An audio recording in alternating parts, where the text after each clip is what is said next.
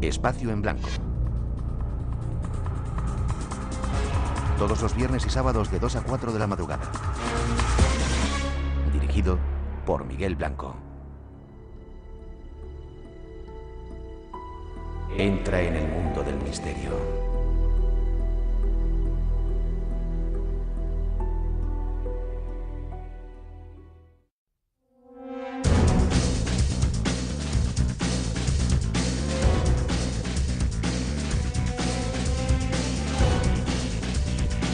Tres y 7, 2 y 7 en las Islas Canarias, ya estamos de vuelta. Aún nos queda una hora de este especial Espacio en Blanco de hoy.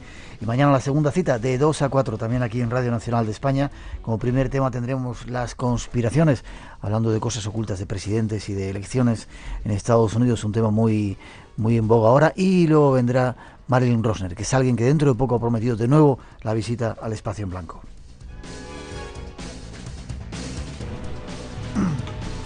Y nos queda todavía seguir hablando, viajando, pero además hay un segundo tema. Vamos a ponernos en contacto con un científico español que nos va a dar alguna de las claves de la inmortalidad. Eso y mucho más todavía aquí en este Espacio en Blanco de hoy.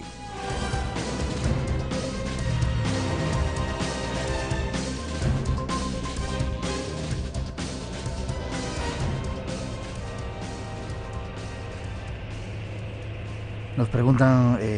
Juan José. Juanjo, ¿te llaman también? ¿Te gusta que te llamen? Sí, como tú quieras, no hay problema. Bueno, Juan José, nos preguntan acerca de la ayahuasca, si es posible fallecer a causa de la ayahuasca y sus síntomas. Más que posible, es muy fácil. Porque, como hemos hablado, es un veneno que si no sabes controlar, es muy fácil morir. Y dicen que si en España se puede tomar y si se sabe de casos que haya habido en España. Aquí, sobre todo en Cataluña, hubo una época hace 4 o 5 años que estaba muy de moda, hacían tomas en masías, tomas de poder, todas estas historias, hasta que empezó a haber problemas, claro. Te cobraban por un fin de semana, pues el equivalente a unos 300 euros más o menos, ¿Sí? En lo cual no comías nada, porque con la ayahuasca tienes que estar en ayunas para la toma. Solamente era darles el ayahuasca, hacer 4 ceremonias y hubo problemas físicos de gente. Así que tener cuidado, atentos con eso. Mucho. Nos decían también, nos llamaba un oyente de estos que saben mucho y decía que el efecto principal activo de la ayahuasca es la dimetiltriptamina. Dimetiltriptamina y la del peyote, la mescalina. Exacto. Eso para algunos oyentes que lo habían pedido. Bueno, pues seguimos viajando. Otro lugar donde vamos a ir ahora, seguimos con los zombies. Tú decías que habías estado en Haití, ese país súper peligroso, yo también considero que es así. Sí. ¿Has visto alguno? ¿Te lo has encontrado? ¿Algún zombie? El zombie, fíjate... Porque nos piden que cuentes la historia de... espera, ¿de quién era una historia que ya pasó allí? De Emil. La historia de Emil. Bueno, te puedo contar de todo lo ocurrido allí. Aquello es terrible, andar por los pueblos, por las ciudades, por las noches, lo que vas viendo allí, hasta que consigues llegar a un bocor, hasta que consigues llegar a un templo. Bueno, consigues que te lleven, es muy difícil. Una noche consigo una camioneta que me puede acercar hasta un bocor, hasta Emil. Digo, imposible, no puede ser. Un señor mayor me dice, no, yo soy el único que puede llevarte, subirte en una camioneta solo, con 2 hombres en Haití y empezar a meterte por caminos. El final es muy fácil, ¿no? Lo que puede ocurrir, lo más fácil es que no vuelvas. Dejé todo lo que tenía de valor, hasta el reloj, absolutamente todo, y digo, bueno, pues hay que probar si quiero llegar a ver algo. Cogimos caminos, tierra, polvo, en una camioneta desvencijada, y al final del camino había como una pequeña edificación, como una pequeña cabaña que se veía iluminada por dentro con una hoguera dentro. Llegamos hasta allí, llamamos a la puerta y nos abre un señor con el torso desnudo, que era Emil, era él, el brujo, el bocor, ¿no? Entro, me presenta el señor mayor, dice, este europeo que quiere saber más. Cierra la puerta y me quedo solamente con él. Digo, bueno, directamente no vamos a perder aquí más tiempo, o me marcho, o estos me van a robar, o se acabó todo. Y le pregunto directamente por el polvo zombie. ¿Qué es el polvo zombie? ¿Qué es lo que lleva? Me dio una pequeña explicación, como muy mirándote por encima del hombro, ¿no? La prepotencia del que se sabe que tiene el poder, ¿no?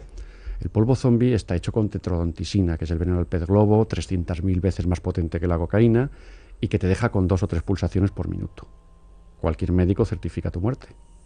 Luego va al bocor, te desentierra, pero claro, te vuelve a la vida con las friegas, con cánticos milenarios, consigue volverte a la vida.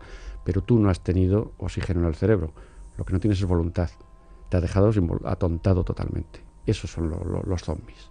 Y el zombie que ya lo utilizan para trabajar de esclavo, para llevarle, la American Sugar Company, cuando acabó la esclavitud, fue la que primero empezó a trabajar con los zombies, ¿no? A pagar los bocores para que hicieran cientos de zombies. Luego ya vino Duvalier, el Papadoc, el famoso Papadoc, el imperio de terror que creó en Haití, ¿no? Bueno, todo esto es un poquitín de lo que son realmente los zombies. Y le pregunté por el polvo zombie si podía enseñármelos. Se me quedó mirando y me dijo, tú quieres saber demasiado. Se metió detrás de una cortina y volvió con un cuenco de madera con unos polvos blancos y unos puntitos rojos. Digo, ¿esto es el polvo zombie? Se me quedó mirando y simplemente dio un soplido a la copa. Yo amanecí al día siguiente en la cabaña del pueblo lleno de moratones. Yo no sé lo que había ocurrido, ni me paré a preguntarlo. Salí corriendo de allí. Eso es por jugar con fuego, ¿no crees? Totalmente. Es lo que termina pasando. El vudú se sigue practicando en Haití. Total, sí. Pero se practica, o viene, decías antes cuando empezábamos en Nueva Orleans también, que lo practican casi de una forma muy pura, pero viene de África, ¿no? Quizá viene de sus África. Orígenes. Esto nació en la República de Benín, en Nigeria. Ahí es donde vivían los Fon y los Yoruba, las etnias de los brujos más poderosos de todo África. Eso es lo que no sabían los cazadores de esclavos. Los cazadores de esclavos se llevaban los hombres de allí porque estaba más cerca de América, más cerca que Zanzíbar, no era tan complicado el viaje, y lo que estaban cazando eran Fon y Yoruba, brujos y guerreros mandingas, los guerreros más potentes y más fieros. Todo eso se mezcló en el Caribe, pues con la religión cristiana, con los indígenas caribes, que eran caníbales, y sobre todo con el odio al hombre blanco. Vaya mezcla. Imagina lo que salió. No hemos parado en Cuba, que teníamos que parar. Nos vamos, si quieres, a África. Hay un ritual que estuviste asistiendo en África. Era un exorcismo. Un exorcismo, esto fue en Dakar. Aquí sacarle el demonio a una mujer. El marido llevaba a la mujer que estaba poseída, se la lleva a un brujo. Y la ceremonia es tremenda. Pero vamos a poner ese testimonio que tenemos recogido de primera mano en ese lugar, en África, un exorcismo a una mujer.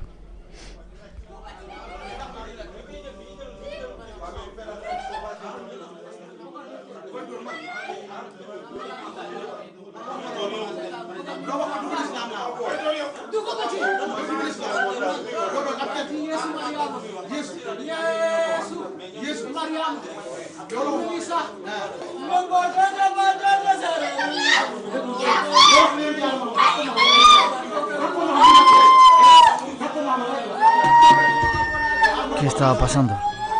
Bueno, esto son de las ceremonias o los rituales que no podrás olvidar en la vida. Bueno, esos gritos no me extrañan. En una habitación hay una mujer africana de unos 35-40 kilos de peso, sujeta por 4 fornidos hombres. 2 de ellos están cantándole al oído, recitándole versículos del Corán. Quieren convertir al diablo que tiene dentro, le quieren convertir al Islam y sacárselo del cuerpo. La mujer se resiste, se ponen los ojos en blanco, da gritos, de esa manera, ¿no? Da gritos, salta. Entre los 4 hombres no pueden sujetarla. Hablamos de una mujer de unos 40 kilos y no pueden con ella. Aparece en este momento, se abre una puerta y aparece el brujo. Un señor, Seibatu se llamaba este hombre. Un señor de 1,90 m, 150 kilos, se acerca a la mujer y directamente empieza a sacudirle puñetazos en el estómago. La mujer grita, chilla, se escapa de los hombres. 4 personas hablamos, no pueden sujetarla, la dan agua, la escupe como una fuente, posesa, y al final termina diciendo que ya no tiene al diablo. No me extraña. No sé si sería por los golpes, pero lo que allí se respiraba es inolvidable, terrorífico, y algo que, pasó. Y esa era la forma que tenían en ese lugar concreto, cerca de Dakar, en Senegal, en Senegal, de exorcizar al diablo.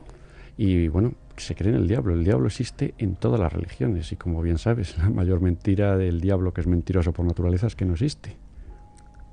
Si te parece, dejamos esa otra parte del Caribe, Cuba, para otro programa y hablamos de África. Muy bien. Dahomey, tú has estado en Dahomey y has estado en... la serpiente Obá. Estamos en la patria de la serpiente Obá.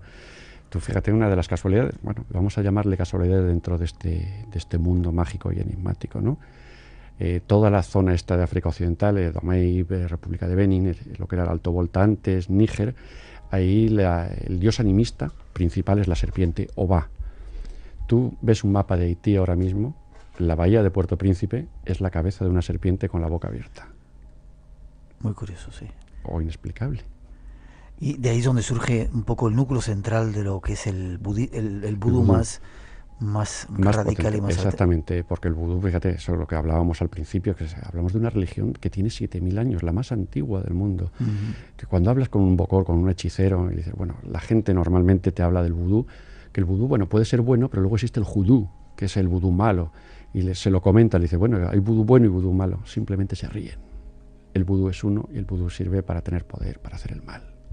Yo veía en un documental, lo decían allí cuando estábamos también, que los haitianos son un 85% cristianos, católicos, pero el 120% son vuduistas, practican el vudú, ¿no? Totalmente, así es. Tú fíjate cuando hablamos antes de Duvalier, ¿no? De que el imperio de terror trajo brujos de África y durante 17 años estuvo manteniendo la isla, saqueándola, pero sobre todo con el miedo, con su policía secreta, los Tontón Macutes, traducido literalmente son los hombres del saco, que es una leyenda congoleña, que entraba un demonio en una casa y se llevaba a la gente. Es lo que hacían ellos, entraban en una casa y esa persona no volvía nunca. ¿Y has vivido, seguimos en África o volvemos a África, algún ritual también poderoso allí en África, en Dahomey? El iboga, tenemos lo de el iboga es otra de las... Vamos a dejar un alucinógeno o plantas mágicas o plantas de poder, ¿no? La iboga pues, es una ceremonia también de las más fuertes, que los hombres serpiente, arrastrándose, hombres llenos de cenizas, arrastrándose por el suelo. Tú estás grabando y cuando estás filmando esas ceremonias, que estás con los pelos de punta y, bueno, en cualquier momento está toda la gente poseída, tienen machetes, están dando golpes, dándose machetazos entre ellos, y las baterías de la cámara se te van. Una batería que te puede durar 1 hora, en 3 minutos se ha vaciado. Y pones otra batería y le ocurre lo mismo. No es fallo de la batería, es las energías. Lo fundamental de esto son las energías que se mueven en estos sitios, en estos rituales. ¿Y has visto cómo se autoinfligen? Sí, muchas veces, y sin dolor, y sin sangrar. Por ejemplo, en una ceremonia de vudú en Haití, él se atravesaba la cara, se tiraba del moflete y se atravesaba la cara pues con clavos gordos y no sangraba, ni chillaba, ni le dolían. O cortarse con machete los brazos, o pisar a hogueras con los pies descalzos. Faquirismo, pues llámale como quieras, posesión, es el loa, el que tal, pero sobre todo cuando dices, bueno, si hay una ceremonia que se hacen estos actos o se llega al trance, pero hay una droga o hay algo, se toma algo, pero por ejemplo en el vudú no toman nada, simplemente son tambores, cánticos y los loas o espíritus que están flotando en el aire. Tenemos que terminar.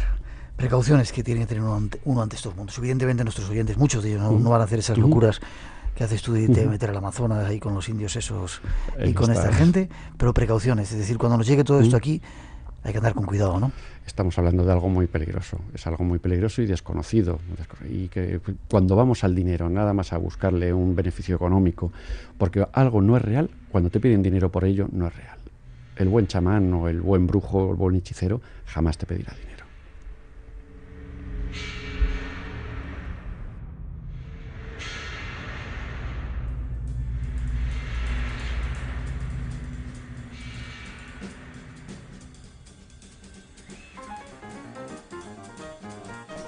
Ahí está nuestro teléfono por si quieren seguir interviniendo, 900-137-137. Veo ahora muy tranquilo el teléfono.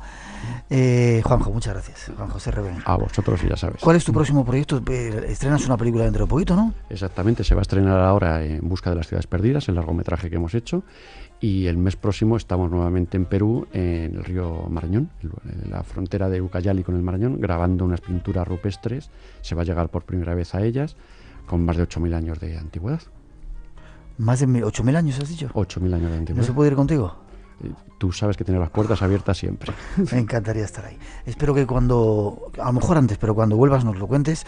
Te digo antes porque nos acaba por hablar de santería, de palo mayombe, de un montón de cosas que has vivido en otro lugar fantástico del planeta como es Cuba, pero espero que vengas y nos lo cuentes también, ¿vale? Cuando tú quieras, ya lo sabes. Un gran placer. ¿Alguna forma de contacto contigo o que nos llamen a nosotros y...? Directamente contigo, yo creo que a través tuyo lo podemos hacer. Vale, un placer, insisto. Muchas gracias. Espero volver a verte muchas veces por el espacio en blanco. Gracias. Y hay un personaje que nos han pedido muchas veces que viniera al programa, que a ver dónde estaba. Noticias de ese personaje llamado Marilyn Rosner, que insistimos, dentro de poco estará en el espacio en blanco con un montón de sorpresas.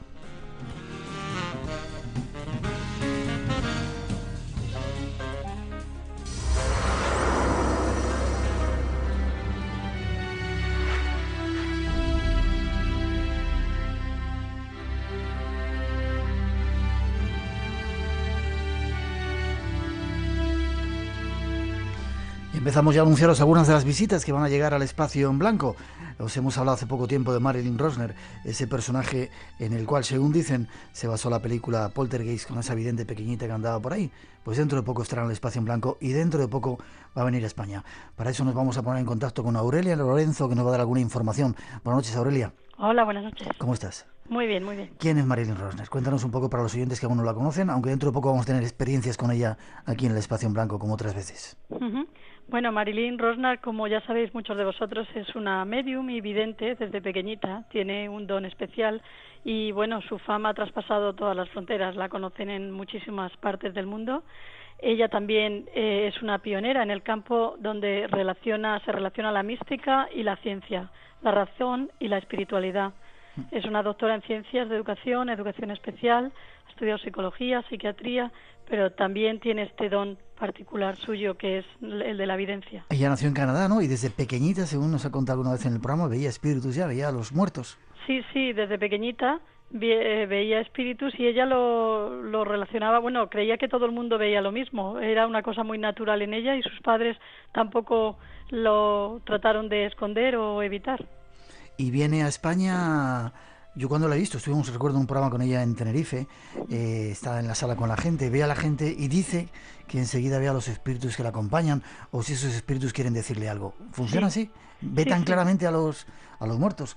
Sí, yo estoy con ella mucho y soy su traductora y la verdad es que estoy alucinada la mayoría del tiempo porque ella va directamente a las personas y les dice pues mensajes de los espíritus de seres a lo mejor que han perdido y de hijos, de padres, de niños que no han nacido, lo que sea, y se lo dice ahí mismo y la gente empieza a llorar y se emociona mucho porque realmente saben de lo que está hablando, ¿no? Aurelia, lo que sí podemos decir de ella es que no es una de esas gente que va por ahí engañando a las personas, diciendo que se comunica con espíritus y luego... No, esto te lo puedo confirmar yo de la experiencia que tengo con ella ya de muchos años de traerla a España, y es que con todas las personas da en el clavo, lo ve rapidísimamente, yo todavía ni me lo creo cuando lo veo porque es que lo hace enseguida y le dice frases a la gente incluso que le ha dicho otras personas, que cosas que han visto que nadie lo sabe, bueno, en fin, es increíble. Eso significa, Aurelia, que esos espíritus están rodeándonos constantemente, pidiendo ayuda, pidiéndonos un medio a través del cual poder comunicarse, como puede ser Marilyn. Sí, ella siempre dice que no les tengamos miedo, porque ellos están tratando de comunicarse y simplemente para decirnos que existe otro mundo después de la muerte, que hay vida después de la muerte y que no tengamos miedo, que están aquí para ayudarnos.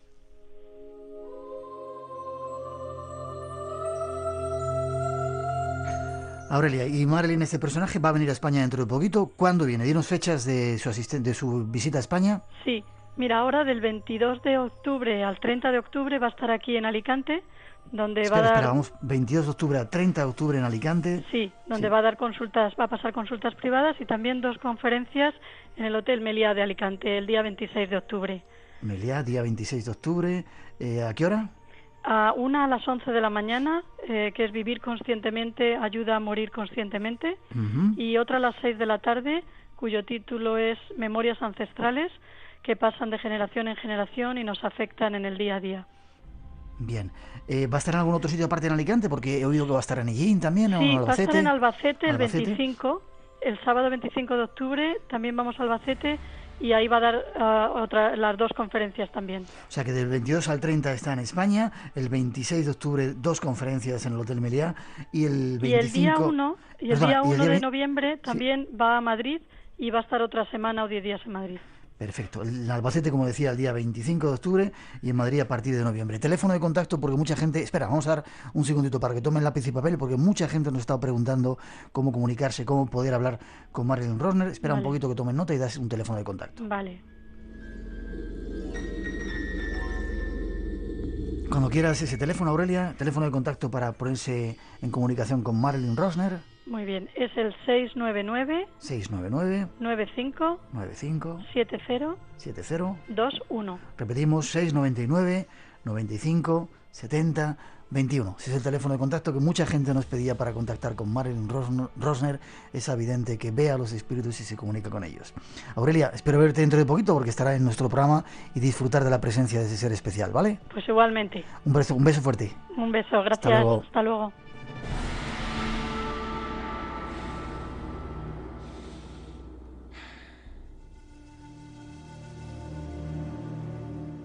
Y seguimos adelante, este es el Espacio en Blanco aquí en Radio Nacional de España. Sigue el concurso en marcha, 900-137-137, nuestro teléfono. Y nos vamos hasta Gran Bretaña. Allí hay un español que está investigando y que nos quiere dar las claves acerca de cómo llegar a ser inmortales. Ese es nuestro próximo tema aquí en el Espacio en Blanco.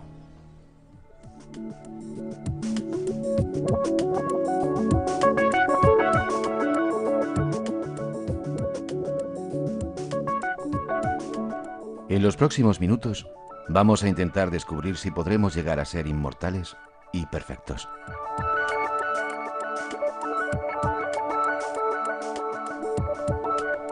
Los avances de la medicina son tan vertiginosos que cada día nos sorprenden con nuevas soluciones para alcanzar la meta soñada de vivir eternamente.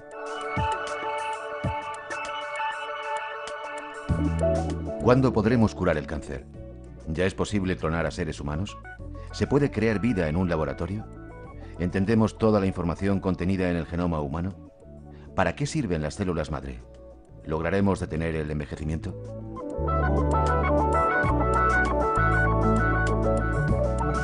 La medicina del siglo XXI busca contestar estas y otras preguntas que resultan claves para nuestra salud e incluso para nuestro futuro como especie.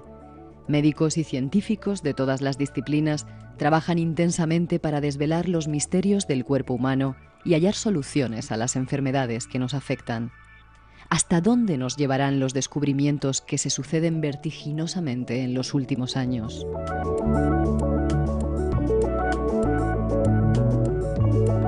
En compañía de nuestro próximo invitado, un investigador puntero en uno de los campos científicos más exigentes y cambiantes, Salvador Mazip, trataremos de dar respuesta a estas y a otras muchas preguntas.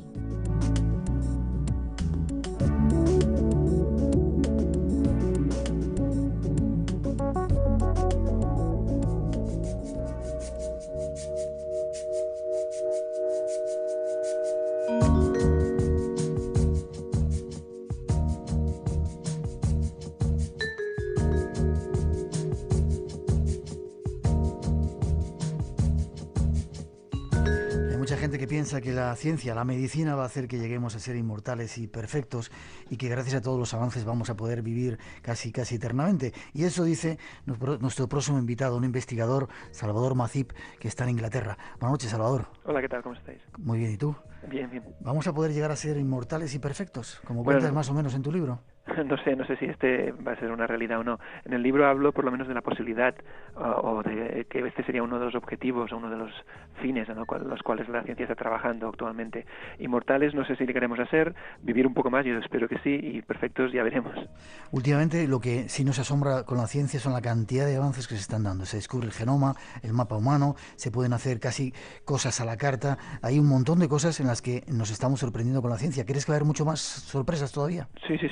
Yo creo que estamos justo empezando. Estamos viviendo un momento clave, creo yo, en la ciencia biomédica, en la medicina y en las ciencias biológicas, que estamos empezando tenemos tantos datos ya acumulados, tantos conocimientos, que vamos a pronto a ver cómo los aplicamos para mejorar la salud y para hacernos eso un poco más inmortales y más perfectos. En los próximos años yo creo que veremos grandes cambios. Tú estás investigando en la Universidad de Leicester en el Reino Unido. Exacto. Eres profesor de mecanismos de muerte celular. Sí, suena bien, ¿verdad? Suena raro, por lo menos, sí.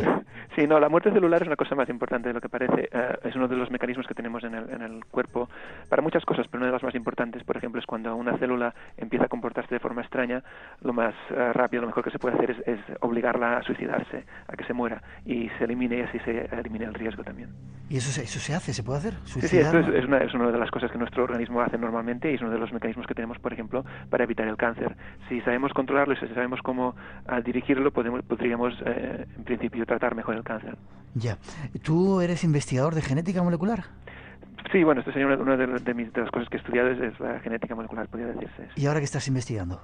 Básicamente mi trabajo se centra en el cáncer, en buscar, intentar entender por qué pasa un cáncer, cuáles son los mecanismos a nivel genético y celular de que un cáncer aparezca y cómo podemos usar esta información para intentar frenarlo. Y esto me está llevando también a estudiar cosas como los radicales de oxígeno, que son parte importante de nuestras defensas contra el cáncer, y también el envejecimiento celular, que está también bastante relacionado con lo que sería el cáncer. ¿Y te tienes que ir al Reino Unido a investigar? Porque aquí en España no se investiga, ¿no te dejan? ¿O?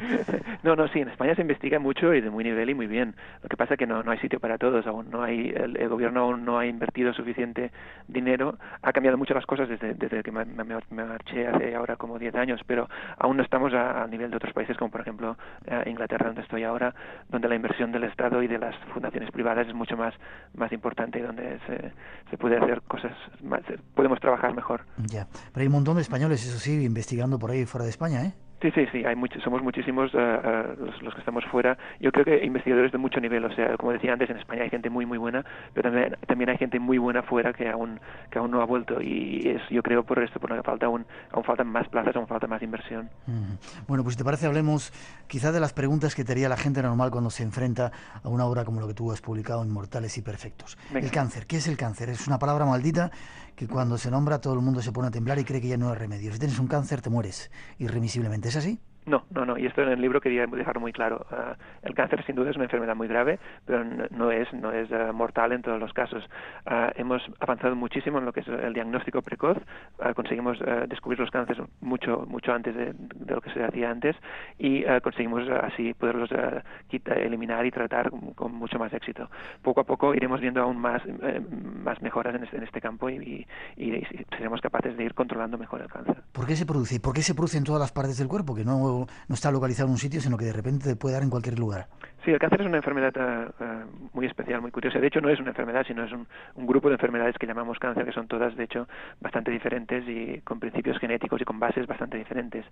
Lo común de todas ellas es que una célula de nuestro cuerpo decide o empieza a crecer y a dividirse sin control, sin seguir las pautas que tiene marcadas. ¿Y por qué hace eso? Discúlpame que te... Normalmente es porque ha recibido algún tipo de daño, su DNA se ha dañado y se han activado una serie de genes que normalmente no tendrían que ser activados, o se han desactivado otros que tendrían que estar activados. Esto hace que, pues es lo que decía antes, actúe un poco por libre, se salte las normas y empiece a dividirse cuando no tendría que hacerlo.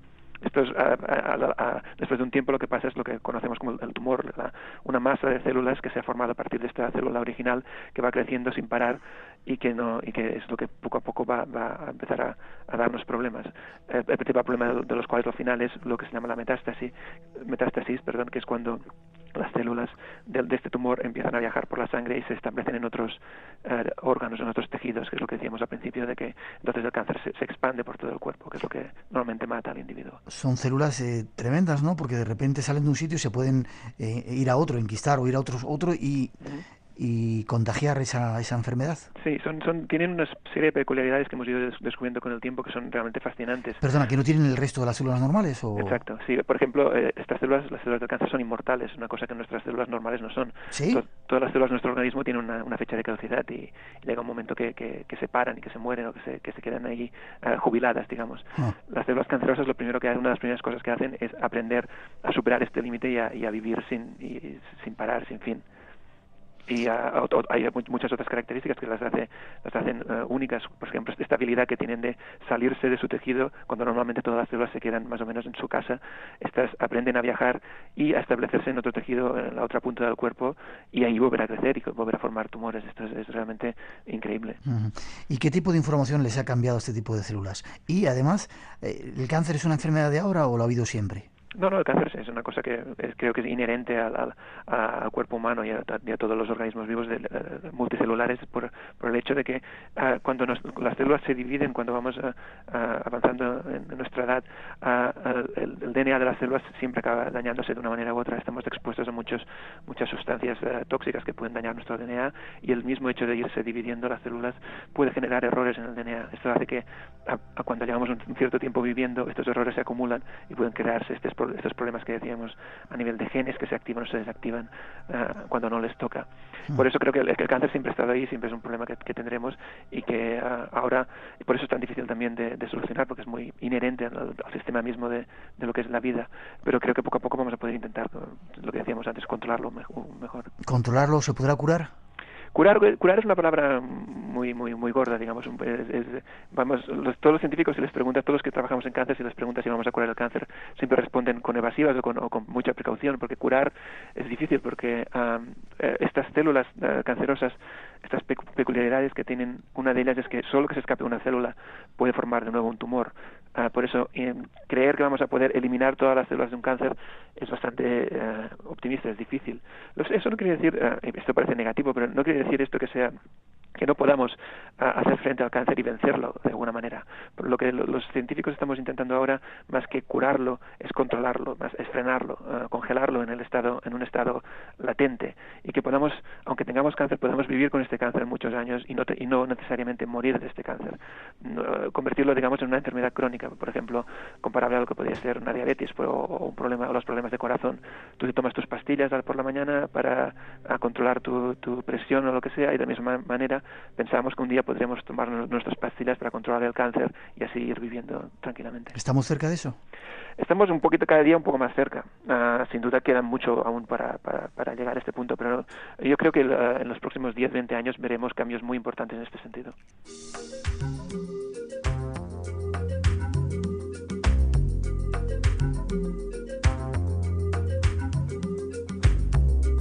Espacio en blanco, en blanco, en blanco.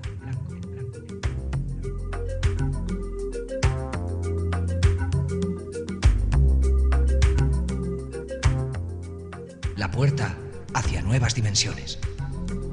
Esta noche abriendo la puerta hacia el mundo de la ciencia, hacia el mundo de la medicina, tratando de buscar si podemos ser inmortales y perfectos, con Salvador Macip. Salvador, cambiamos un poco de tema porque quiero tocar muchas cosas muy rápidamente para que nos instruyas y nos des un poco de luz. Las células madre es otro de los inventos, otra de las noticias que nos han asombrado en los últimos tiempos. De repente se descubre una célula que puede casi curar todo o formar otro tipo de organismos dentro de nuestro cuerpo, ¿no? Sí, exacto. O sea, la célula madre, de hecho, ha estado siempre ahí. Es lo que cuando empezamos, cuando digamos se fecunda el óvulo, cuando empieza a formarse el organismo, aquel embrión está lleno de células madre. Entonces, lo que estamos aprendiendo ahora últimamente es cómo usar estas células madre o el potencial que tiene estas células madre para curar, para lo que decías tú, para generar órganos o tejidos en el laboratorio que después podríamos implantar en la persona para sustituir tejidos que estuvieran dañados, por ejemplo, debido a enfermedades o debido al mismo envejecimiento. Cuando tenga de funcionar un riñón, podríamos, en teoría, usando células madre, generar estos riñones artificiales para ponerlos en las personas, y así de esta manera pues ser un poco más sanos e incluso alargar la vida, como decíamos antes, vivir un poco más y mejor. Con esa célula madre, ¿qué se ha podido conseguir ya?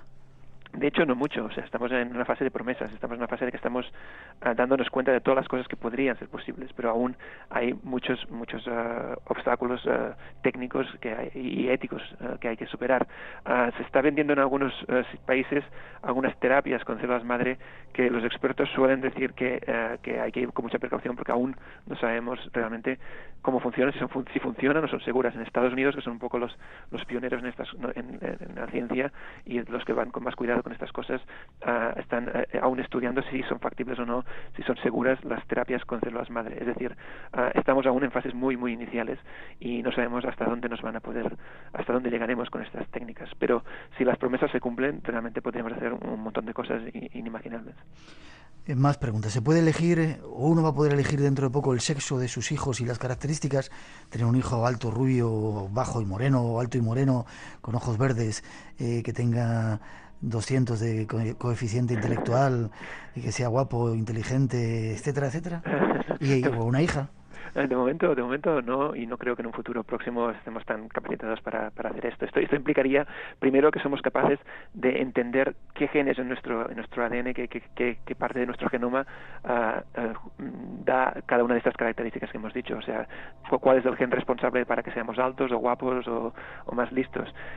De momento no sabemos nada, de toda esta información no lo sabemos, y de hecho lo que sabemos es que es mucho más complicado que esto, que normalmente no es un solo gen el que define todas estas cosas, que hay muchos genes actuando conjuntamente que contribuyen a todos estos factores. Y aunque supiéramos realmente qué genes tendríamos que modificar para obtener todas estas características, aún nos quedaría el hecho de cómo hacemos para modificarlos, que no es sencillo. Se puede hacer en animales, de alguna manera hemos conseguido manipular los genes de animales, pero aún estamos bastante lejos de poderlo hacer en humanos. Sin embargo, sí podemos elegir el sexo de nuestro hijo, ¿no? Bueno, de hecho, esto se hace en algunas técnicas de fecundación in vitro, que en ese caso es bastante fácil, porque se generan normalmente bastantes embriones, y de estos embriones pues puedes decidir escoger uno de ellos, de los que sean machos o hembras, en función de lo que quieras. Esto es fácil porque sabemos cuál es la diferencia entre un macho y una hembra. Sabemos que uno tiene dos X en los cromosomas y otro tiene una X y una Y. Entonces podemos escoger cuáles de ellos son. De aquí a poder escoger otras características más finas, como decíamos, de color de ojos o de características físicas buenas o diferentes, es un poco más difícil. Hablemos de otra cosa. Antes comentabas que trabajabas con los radicales. ¿Eso puede servir para frenar el envejecimiento? De hecho, se ha descubierto en los últimos años que, hace un poco de tiempo ya de esto, que los radicales de oxígeno, que son unos productos secundarios que aparecen debido a la respiración, debido a que usamos oxígeno para vivir, estos radicales de oxígeno lo que hacen es dañar progresivamente nuestras células, nuestro ADN, y hacer que estas células vayan envejeciendo. O sea, se cree que la generación de estos radicales de oxígeno por nuestras células es lo que nos hace envejecer, o por lo menos uno de las razones por las cuales envejecemos. Entonces, parece claro pensar, que parece fácil decir que si los oxidantes, los radicales de oxígeno nos oxidan y nos envejecen, usar antioxidantes contra estas cosas podría frenar el envejecimiento. Se está investigando en estas líneas, pero hay que decir que hasta el momento no se ha encontrado que los antioxidantes, de la forma que los conocemos, por ejemplo la vitamina C o por ejemplo esas pastillas que se venden a veces en farmacias, nada de esto se ha visto que pueda frenar el envejecimiento. Esto no quiere decir que eso no sea una línea válida de investigación y que en el futuro encontremos algo que nos permita evitar que estos oxidantes, que estos radicales de oxígeno dañen nuestras células, pero de momento aún estamos estudiándolo. La clonación es otro de los temas que durante un tiempo ha sorprendido mucho a la gente. Uh-huh. Se han clonado animales. ¿Se puede clonar a un ser humano? Parece que tenemos la técnica ya necesaria para hacerlo. Tenemos los primeros pasos. Aún no tenemos todas las técnicas dominadas para clonar humanos, pero tenemos las primeras técnicas más o menos estudiadas que nos permitirían avanzar hacia la clonación de humanos. Lo que pasa es que hay muchos problemas técnicos y una vez más hay problemas éticos ahí que hay que considerar. Pero lo que estamos haciendo los científicos, los que trabajan en células madre normalmente, o en células madre en clonación, es usar las técnicas estas de clonación para lo que decíamos antes de la medicina regenerativa, esta capacidad que tienen las células madre de generar órganos nuevos que podríamos implantar en las personas. Con la clonación lo que conseguiríamos es que estas células madre que sacaríamos de embriones tuvieran nuestro propio ADN, lo que es muy importante si queremos trasplantarlas en nuestro organismo para evitar el rechazo. Entonces, lo que es la clonación terapéutica, esto de usar clonación con células madre para regenerar organismos, estamos avanzando bastante en este campo. Lo que es clonación pura y dura, lo que se entiende, digamos, de generar individuos clónicos, es algo que en principio no es tan interesante como la clonación como terapia, y que se está investigando, pero no tanto, y que hay aún muchas dificultades técnicas que hay que superar. Pero mediante esta técnica sí podríamos conseguir órganos para trasplantes, ¿no? Sí, esto sería realmente la gran, otra vez promesa, la gran utilidad de las técnicas de clonación serían para generar órganos en el laboratorio, no para generar personas como la gente piensa. Se piensa cuando hablamos de clonación, todos estamos pensando en el ejército de clones de la Guerra de las Galaxias o en ejércitos de gente todos iguales y perfectos. La clonación está más bien pensada a lo que decía antes, a intentar encontrar la forma de que generando tejidos en el laboratorio, cuando los pongamos en el organismo, no sean rechazados. ¿Se puede crear vida artificial con la técnica que hasta ahora se ha desarrollado? Una vez más, estamos en los primeros pasos, yo creo, de generar vida en el laboratorio. Cuando hablamos de vida, una vez más, hay que pensar que, es una diferencia en crear vida a nivel de bacterias o a nivel de organismos que son una sola célula, a crear vida cuando hablamos de hombres o personas o animales que son organismos mucho más complejos. Entonces, los primeros pasos para crear vida simple en el laboratorio ya se han hecho y estamos avanzando por esta línea. Yo creo que crear personas o humanos en el laboratorio es algo que va a ser muy difícil, no sé si nunca lo llegaremos a ver, especialmente cuando hay una forma mucho más fácil de crear humanos, que es la reproducción normal y corriente que usamos cada día. No sé si tiene mucho sentido crearlos en el laboratorio. ¿La ciencia avanza por un camino conocido o hay muchas cosas que se nos ocultan, misteriosas, que de repente nos pueden dar una sorpresa?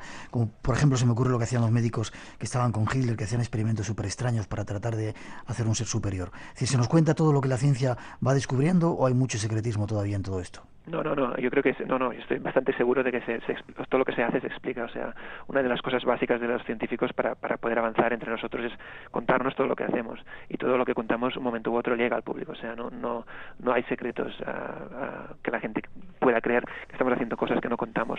De hecho, precisamente el hecho de explicar todo lo que hacemos es lo que está generando todos estos debates éticos que puede haber alrededor de las células madre, de trabajar con embriones.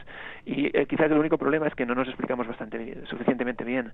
O sea, estamos explicando lo que hacemos, pero a veces no queda muy claro, no se entiende mucho. Esto es uno de los motivos por los cuales también he escrito este libro, es para intentar explicar a la gente lo que estamos haciendo, lo que se puede hacer, lo que no se puede hacer, a dónde creemos que vamos a poder llegar y cómo vamos a llegar ahí, y qué significa realmente cuando estamos hablando de células madre o de clonación o del genoma humano, qué queremos decir cuando hablamos de todo esto. Por lo menos tú lo explicas bastante clarito, yo me estoy enterando. Gracias. Hablemos del genoma humano. El genoma humano, cuando lo descubrieron, decían que era como el ladrillo primigenio que construye al ser humano. ¿Es así? Sí, es un poco el código de la vida, un poco de nuestro libro de instrucciones para crear un organismo, un ser humano en este caso. El paralelismo podría ser es realmente como un libro que podemos leer, donde hay las instrucciones que nos permitirían empezar a partir de una célula, empezar a generar esta cosa fabulosa que es el cuerpo humano, y también cómo mantener este cuerpo humano en funcionamiento y en salud, funcionando a lo largo de los años.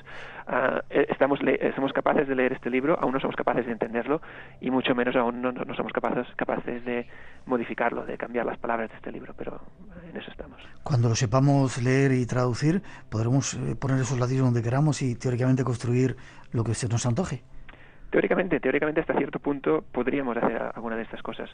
Veremos hasta dónde podremos llegar, hasta dónde los conocimientos nos permitirán llegar. Yo creo que sí, que veremos cosas fabulosas en los próximos años, a partir de punto que estamos ahora, de que empezamos a entender lo que hay escrito en este libro. Creo que veremos en algún momento también que vamos a ser capaces de jugar un poco con esta información para conseguir que, más que lo que decíamos antes de que seamos todos rubios y guapos y altos, que es una cosa que tiene una utilidad bastante poco, yo creo que relativa, que seamos todos guapos realmente no es tan importante, pero Cierto. Sí que seamos resistentes a enfermedades, o que por ejemplo seamos capaces de encontrar el gen que nos permite ser resistentes al cáncer, por ejemplo. Esto sería un gran avance para la humanidad. Algunos sectores tachan a los científicos, quizá como tú, que queréis ser como dioses. De repente ya estamos a punto de entender los últimos secretos de la vida, con lo cual podemos manipularla, podéis llegar a ser como dioses. ¿Os sentís así? No, ni mucho menos, no creo. Bueno, yo creo que es el hecho de que ver al científico como Dios, o como alguien que tiene un conocimiento que el resto de los mortales no tiene, es algo que ha pasado desde el principio de los tiempos, desde que se inventó la ciencia, digamos. Siempre ha habido este miedo de que el científico sabe más que el resto de la humanidad y que puede usar este conocimiento para hacer cosas impensables. Es cierto, cada vez sabemos más, cada vez podemos hacer más cosas, pero ni mucho menos tenemos el poder absoluto, y siempre lo hacemos. Cualquier cosa que somos capaces de hacer, la hacemos siempre en público y contando con la supervisión y con el debate de la gente. Por lo menos esto es lo que ha ido pasando a lo largo de la historia. Yo confío y creo que es lo que seguiremos viendo. La ciencia irá avanzando, siempre yendo hacia territorios desconocidos y nuevos para nosotros, que siempre nos van a dar miedo, siempre nos van a parecer fabulosos y extraños y con un potencial terrible para hacer el bien y para hacer el mal, pero que la sociedad va a ir avanzando en paralelo, y vamos a acostumbrarnos a estos avances y vamos a saber manejarlos y a saber sobrevivir. Hay quien dice que No hemos sido creados por Dios, no venimos de una teoría de la evolución, no hemos ido evolucionando, sino que una serie de seres extraterrestres llegaron y mediante una manipulación genética crearon al hombre. ¿Qué crees de esto? ¿El ser humano puede llegar a conseguir eso no tardando mucho? Desde el punto de vista científico, y estoy acostumbrado y es la forma que intento pensar, es no sacar conclusiones sin tener toda la información en la mano, sin tener pruebas de todo lo que se dice. Entonces, es importante, creo, para el científico separar lo que son creencias de lo que son realidades, lo que son hechos. Entonces, cada uno obviamente puede tener sus creencias religiosas o éticas o lo que sea, pero yo creo que desde el punto de cuando hablamos de ciencia, cuando hablamos de descubrimientos, cuando hablamos de las cosas que se pueden hacer, de dónde venimos y hacia dónde vamos, tenemos la obligación, todos los científicos y el público en general, de valorar la información, de escuchar y ver y entender las pruebas que tenemos y sacar conclusiones solo de pruebas, no de creencias, no de cosas que pueden o pueden no ser ciertas. Yo creo que los datos y las cosas las tenemos en nuestras manos y de ahí podemos sacar conclusiones. Y no creo ahora mismo que haya ningún dato, ninguna conclusión que nos permita decir que podemos venir de extraterrestres y de manipulaciones extraterrestres. Que no digo que no sea posible, pero puede ser posible esto como cualquier otra cosa. Creer en cosas está muy bien y es una cosa que el ser humano lo hace por defecto, pero solo hay que valorar lo que son realmente teorías científicas y lo que son simples creencias.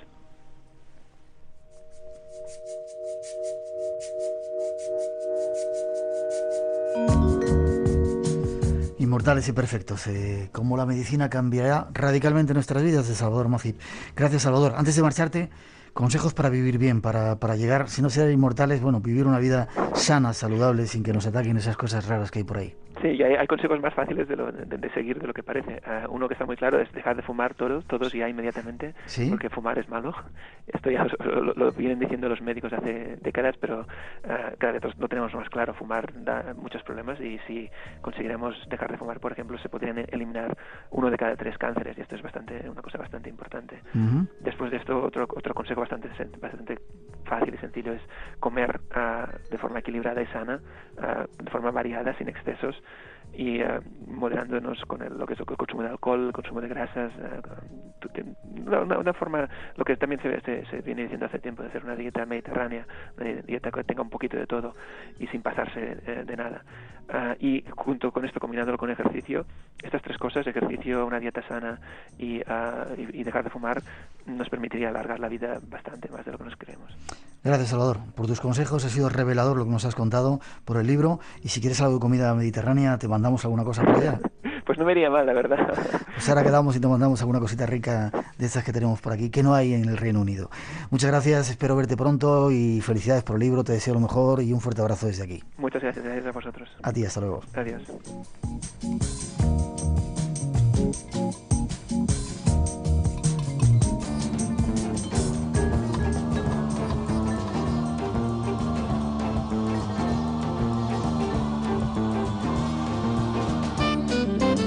Bueno, y a punto de marcharnos, de concluir esta primera cita del Espacio en Blanco. Recuerden que mañana hay otra de 2 a 4 y que vamos a hablar, entre otras cosas, de conspiraciones y sobre todo de un plan que hay para clonar a Jesucristo.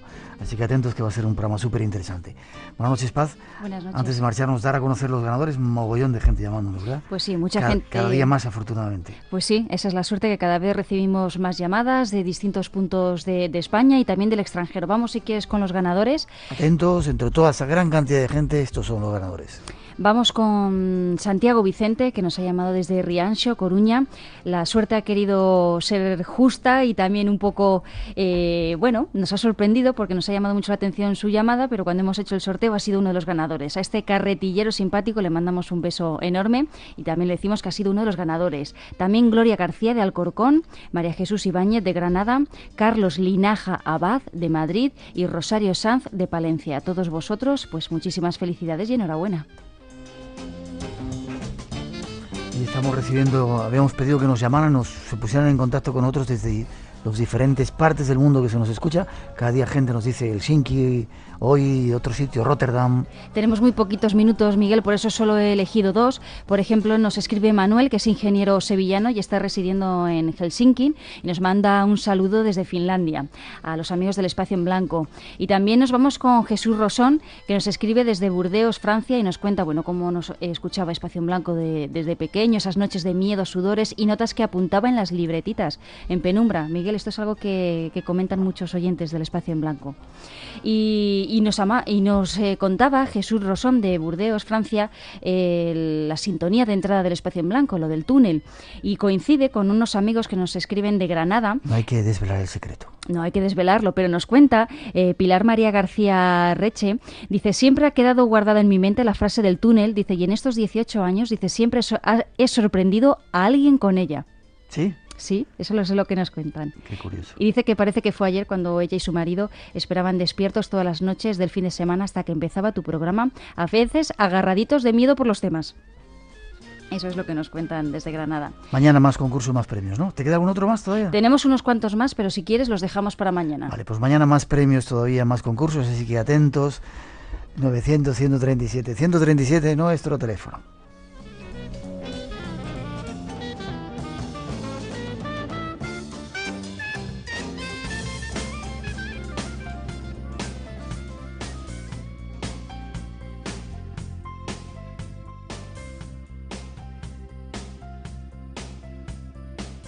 Y les dejamos, llegan las noticias de las 4 a las 3 en las Islas Canarias y luego mucha más programación aquí en Radio Nacional de España. Nosotros volvemos mañana a las 2, la 1 en las Islas Canarias, y como decimos, hablaremos de la clonación de Jesucristo y otros personajes increíbles, no deben de perdérselo.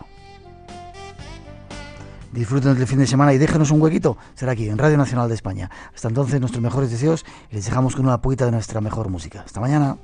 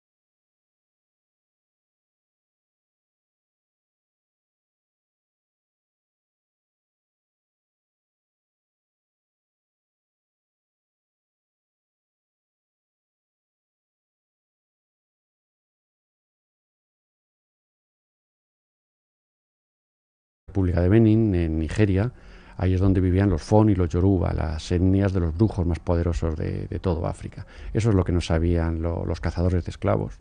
Los cazadores de esclavos se llevaban los hombres de allí porque estaba más cerca de América, más cerca que Zanzíbar, no era tan complicado el viaje, y lo que estaban cazando eran Fon y Yoruba, brujos y guerreros mandingas, los guerreros más potentes y más fieros. Todo eso se mezcló en el Caribe, pues con la religión cristiana, con los indígenas caribes, que eran caníbales, y sobre todo con el odio al hombre blanco. Vaya mezcla. Imagina que salió. No hemos parado en Cuba, que teníamos que parar. Nos vamos, si quieres, a África. Hay un ritual que estuviste asistiendo en África. Era un exorcismo. Un exorcismo, esto fue en Dakar. Aquí sacarle el demonio a una mujer. El marido llevaba a la mujer que estaba poseída, se la lleva a un brujo. Y la ceremonia es tremenda. Pero vamos a poner ese testimonio que tenemos recogido de primera mano en ese lugar, en África, un exorcismo a una mujer.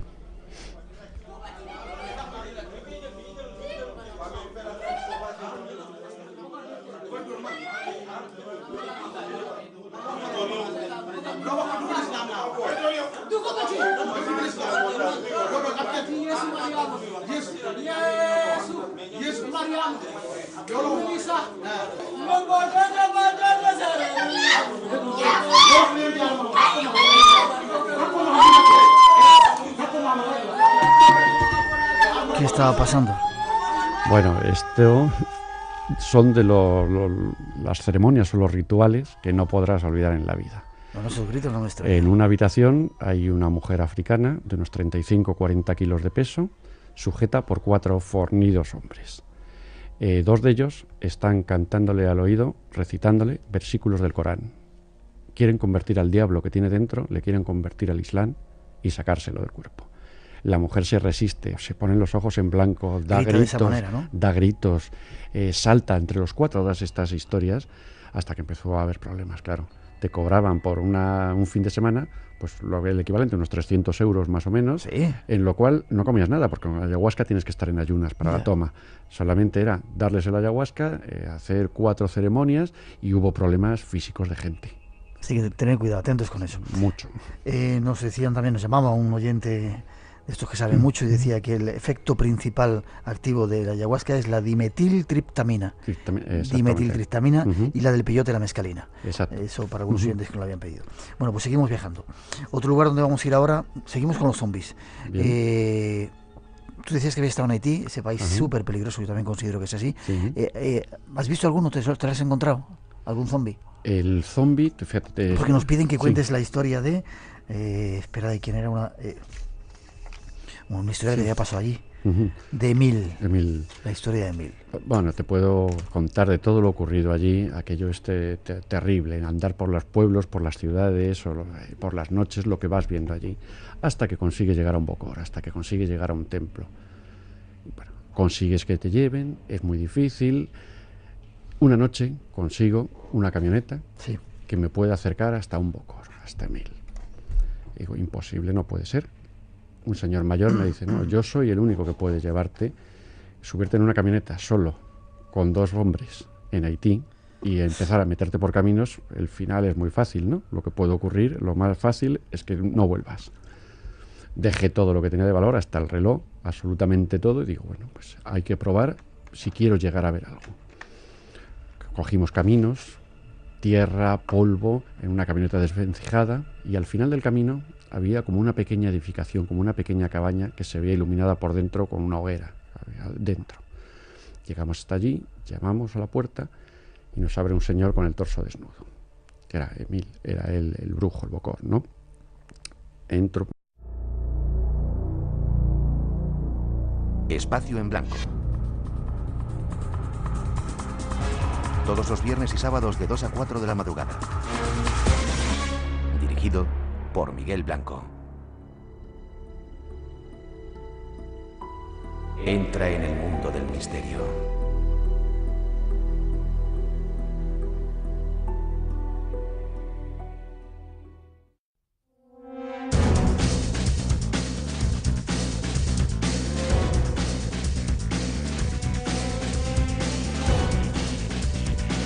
Tres y 7, 2 y 7 en las Islas Canarias, ya estamos de vuelta. Aún nos queda una hora de este especial Espacio en Blanco de hoy, y mañana la segunda cita de 2 a 4 también aquí en Radio Nacional de España. Como primer tema tendremos las conspiraciones, hablando de cosas ocultas de presidentes y de elecciones en Estados Unidos, un tema muy en boga ahora. Y luego vendrá Marilyn Rosner, que es alguien que dentro de poco ha prometido de nuevo la visita al Espacio en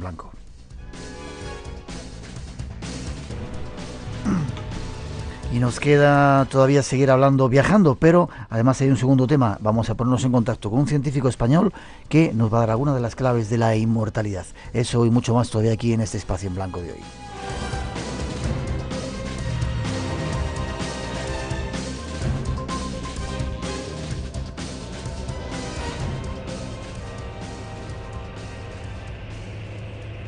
Nos preguntan, Juan José. Juanjo, ¿te llaman también? ¿Te gusta que te llamen? Sí, como tú quieras, no hay problema. Bueno, Juan José, nos preguntan acerca de la ayahuasca, si es posible fallecer a causa de la ayahuasca y sus síntomas. Más que posible, es muy fácil.